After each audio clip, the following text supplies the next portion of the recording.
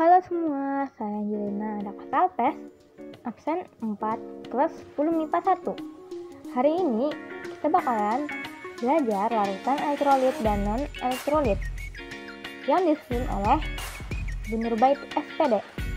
Ayo kita mulai, kumpul. Pengertian larutan, zat yang jumlahnya lebih sedikit disebut zat terlarut atau solut. Zat yang jumlahnya lebih banyak daripada zat lain disebut pelarut. Contoh larutan gula. Gula merupakan zat terlarut. Air merupakan pelarut. Larutan garam. Garam merupakan zat terlarut. Apa itu larutan elektrolit dan non-elektrolit? Larutan elektrolit.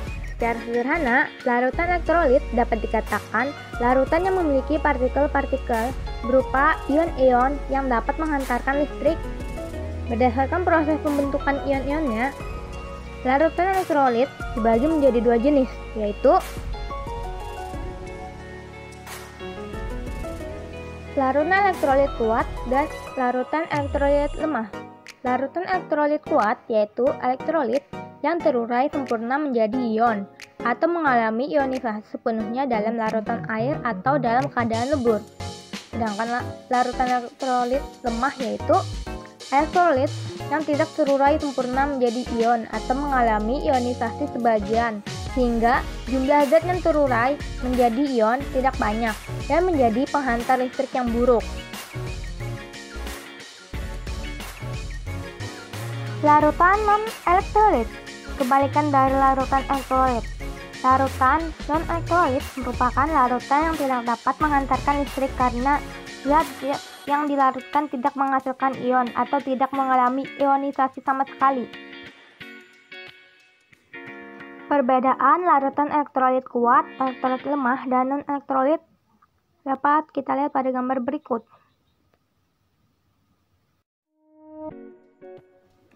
Beberapa larutan elektrolit kuat dan lemah serta non-elektrolit serta reaksi ionisasinya. Kita lihat pada tabel berikut.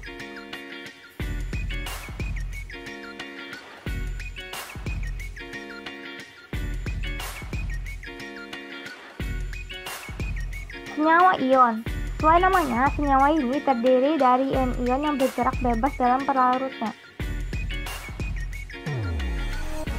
Contohnya, larutan NaCl, di mana terdiri dari ion Na positif dan ion Cl negatif.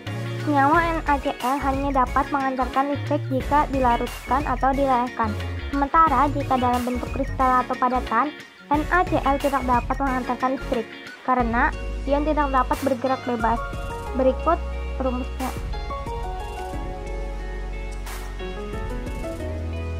Selanjutnya, senyawa kovalen polar. Senyawa kovalen bersifat polar apabila dilarutkan ke dalam air, karena air merupakan pelarut polar.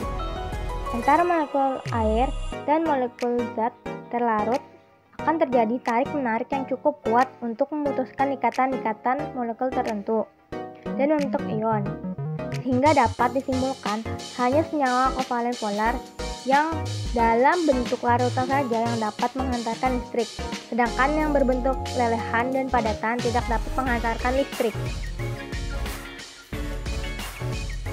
Contohnya, larutan yang termaksud dalam senyawa kovalen polar adalah larutan HCl atau yang biasa disebut larutan asam klorida. Rumusnya bisa kita lihat pada gambar di bawah. Untuk mempermudah mengingat dan memahaminya, bisa kita lihat pada tabel di bawah ini. Perbedaan elektrolit pada senyawa ion, kovalen polar, dan kovalen non-polar.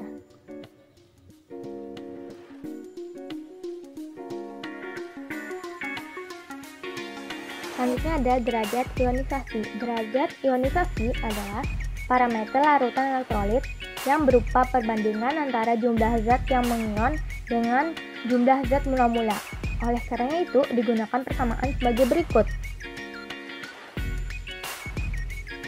Alfa sama dengan jumlah zat mengion bagi jumlah zat mula-mula. Keterangan bisa kita lihat di bawah ini.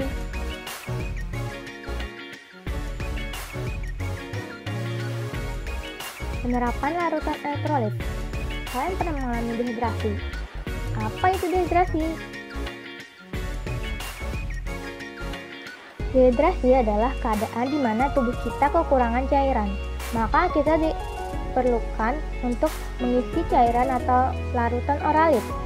Cairan oralit sendiri terdiri dari air, gula, dan garam.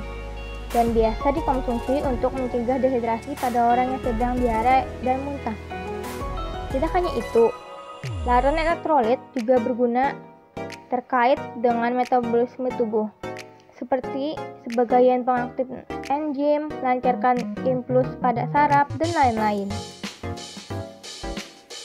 Selain itu, larutan elektrolit juga banyak digunakan atau diterapkan untuk sel elektrokimia seperti bahan pengisi aki, baterai, dan lain-lain. Saya Angelina Dakota nomor 904 dari kelas 1041 mengucapkan terima kasih sudah menonton. Bila ada salah kata, mohon dimaafkan.